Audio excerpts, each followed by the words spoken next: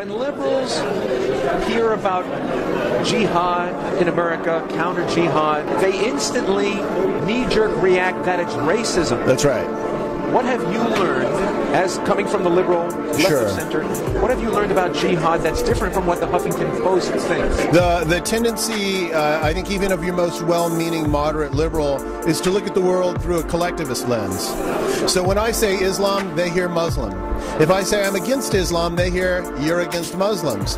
The tendency then is to identify with, protect, sympathize with whoever you perceive to be the minority or the victim. So if I say I'm against a belief system of Islam, a collectivist is hearing that I'm against an individual. And so they say you must be a hate monger, a bigot, an Islamophobe, and why not throw in right-winger? So what we have is a perceptive disability. If we're to succeed in the counter-jihad movement, instead of saying, well, they should just think differently, we need to speak their language, and we need to explain that counter-jihad is about human rights. If you're a real liberal, you're against Islam.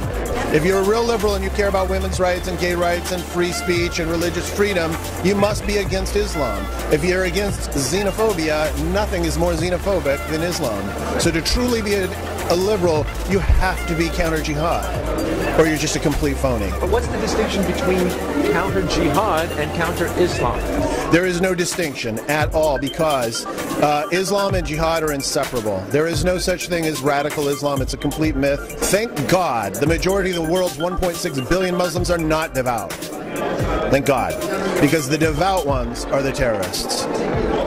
Not the hijacked... Islam has not been hijacked by radicals. The ideal man in Islam, the highest moral example, is Muhammad. He married a 6-year-old girl, had foreplay with her for 3 years, and then had sex with her when she was 9. He beheaded poets who offended him. He killed an entire Jewish tribe. He was a slave owner. He was a bloodthirsty tyrant. And this is the ideal man who all Muslims are supposed to emulate. Now, how do you find a moderate Islam in there? It doesn't exist. Is there some liberal postulate that criticizing another religion immediately makes you illiberal? No, unfortunately, liberalism is, connected at the hip with multiculturalism. So, you have to believe that there's no such thing as superior or inferior. Not races, but belief systems or cultures.